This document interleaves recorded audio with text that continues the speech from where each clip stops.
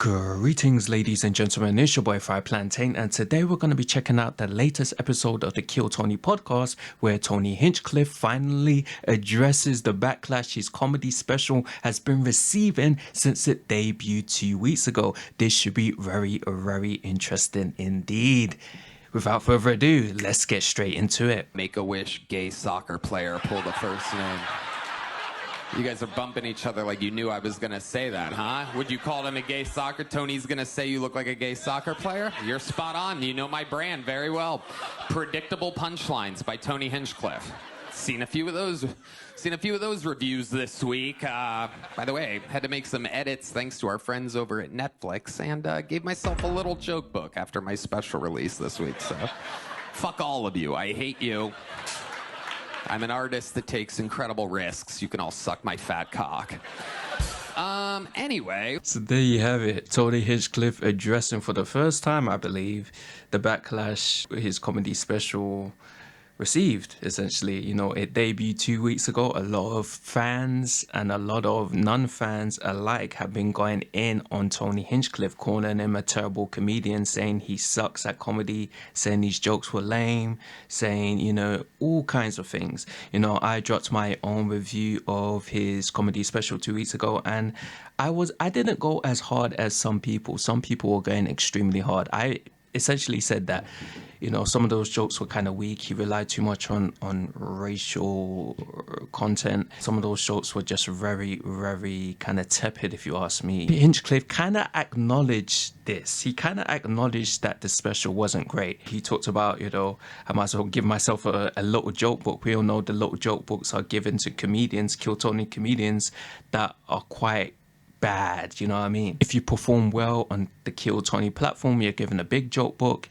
If you perform badly, you're given a small joke book. So he acknowledges that it wasn't the greatest comedy special. Now, of course, it's all, you know, somewhat lighthearted, but you gotta give him credit. Fair play to the guy. He's actually acknowledging that it wasn't the greatest comedy special. He could have done better, but you know, it is what it is. Let's check out what people are saying online on social media. One thread basically says, "Mad respect TH. He knew his special flopped. He acknowledged it. Had to be the hardest thing.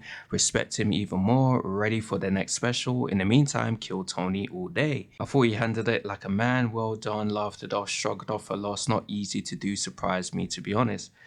And it does make you wonder if Tony Hinchcliffe is maturing. For someone to do that, you kind of have to put your ego aside. You need to put your ego aside and you need to sit with yourself. You can't be latching onto your ego. So I do wonder if Tony Hinchcliffe has matured from this, you know, because it can be a learning experience. Sometimes when you receive backlash, it makes you look inward.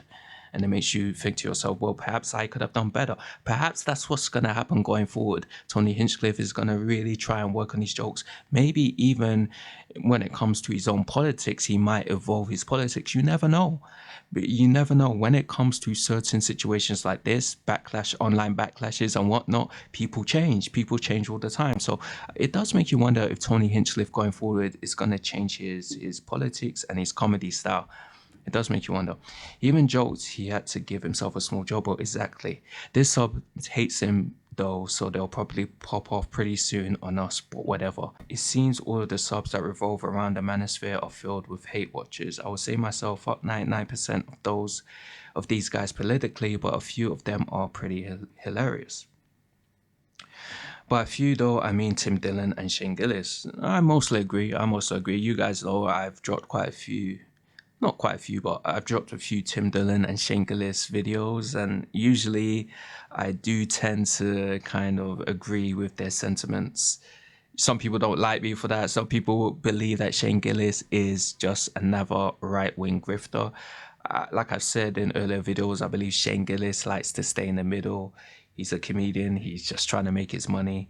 I think Tim Dillon actually has a very interesting brain. The way he looks at things is quite, in my opinion, I tend to agree a lot with what he says. Tim Dillon is a very intelligent guy, if you ask me. Every sub about any game or show or anything is filled with people that were fans and slowly morphed into the thing's biggest haters, right? That tends to happen with fandoms in general. Not just comedy fandoms, it goes for every fandom. Music fandoms, Michael Jackson fans who were big Michael Jackson fans in the 80s and the 90s. Once Michael Jackson started getting a little loopy, people started turning on him. There was this big wacko jacko thing that was perpetuated by the media here in the UK in the mid 2000s. I remember seeing that with my own two eyes. Michael Jackson went from a hero to a bloody villain, like a complete weirdo. People used to mock him. There were TV shows about him. There were parodies about him. I believe it was Bo Selector used to take the piss out of Michael Jackson. So basically, every fandom takes the piss out of individuals they used to love. It happens all the time. And I believe with Tony Hinchcliffe as well, the fandom, his fans are kind of turning against him. But it's not simply just because that's just the way it is, or it's just evolution. I believe it's strictly because Tony Hinchcliffe in recent years, the right-wing grift has become that much more stronger, that much more powerful. Tony Hinchcliffe used to be a fairly tame guy. He used to be a very kind of friendly dude. He used to give people good advice. When the comedians would come on stage, he would give them good advice. I believe Gina Yashere talked about Tony Hinchcliffe in the 154 podcast that dropped last week. She was basically saying that she knew Tony Hinchcliffe and that he was a good guy. So a lot of comedians knew Tony Hinchcliffe in the past, but in recent years, Tony has changed. There's a lot of money to be made on the right wing side of life in general. You know what I mean? So Bates says that Tony kind of would move in this direction. If there's money there, it makes sense that he would do that. Of course, not everyone is like that, but unfortunately, Tony is. Without Red Band, Kill Tony would be just as bad as Tony Hinchcliffe's specials, maybe. That's one thing about Red Band, even though he's a bit of a silly, weirdo guy who makes a lot of infantile jokes and, inappropriate sexual jokes. Red Band, in many ways, is kind of like the podcast godfather. Like, without Red Band, Joe Rogan's podcast wouldn't exist. In the early to mid 2000s, Red Band was filming Joe Rogan. Like, Red Band was the guy behind all of it. He really is the godfather of podcasting. So I do kind of agree with what this person's saying. If it wasn't for Red Band's influence and his way of looking at things, there's a good chance Kill Tony wouldn't even be as big as it is now. So you gotta give credit to Red Band. I don't even like the dude, but you gotta give credit to him. You should bring back the old band to balance him out. The thing about the old band is that, the old band was led by Jeremiah Watkins, right? And Jeremiah Watkins, very hardworking individual, but he's doing his own thing. He's in LA. He has multiple podcasts and multiple shows. I believe one of the big ones is Stand Up on the Spot. Jeremiah Watkins is doing his own thing. When Tony Hinchcliffe decided to move to Texas, a lot of people decided they didn't want to do that. And to be honest, either way, even if Jeremiah Watkins and the old band moved to Texas, there's a good chance they wouldn't be allowed on the show, because the fact of the matter is Jeremiah Watkins is a very confident individual and he likes kind of being center stage. That's not a diss or anything. I'm just being honest. Like, Jeremiah Watkins likes entertaining. He likes being part of the show. Sometimes he kind of steps on the toes of individuals around him. In particular, Tony Hinchcliffe, when they used to do the show together, sometimes Jeremiah Watkins would just go crazy when it comes to like the improvisational type skills. He would go crazy, and Tony Hinchcliffe didn't like that. So it's understandable that Tony would want to move in a new direction without the old band. Yeah, I love that he did that, but let's be honest, he has zero room to pretend like it's good. I can't believe he thought it was good before everyone told him it wasn't. Even if it was bad, there's not much he can do. Like, Tony Hinchcliffe isn't the greatest comedian. I'm pretty sure he knows that himself. As most people have said, he's a great host. He knows how to control the room. Like, he knows how to get people laughing. He's a great host. Tony Hinchcliffe is one of those individuals. He knows how to set the scene, set the environment, but when it comes to comedy, he struggles. So yeah, as you can see, the comments are pretty, they seem to be in support of Tony, because he actually admitted that his special sucked. So that's nice to see, you know. Let's check out this thread. Did it take him long to mention how shit his special was? I guess he was trying to get ahead of it before anyone else can, still unsure of what great risk he's talking about. Releasing a comedy special without any comedy is very risky. Yeah, it sounds like he edited out the funny parts to be extra risky. Blame Netflix for the edits too. Exactly, he did do that. It's like I spoke to Netflix and blah blah blah.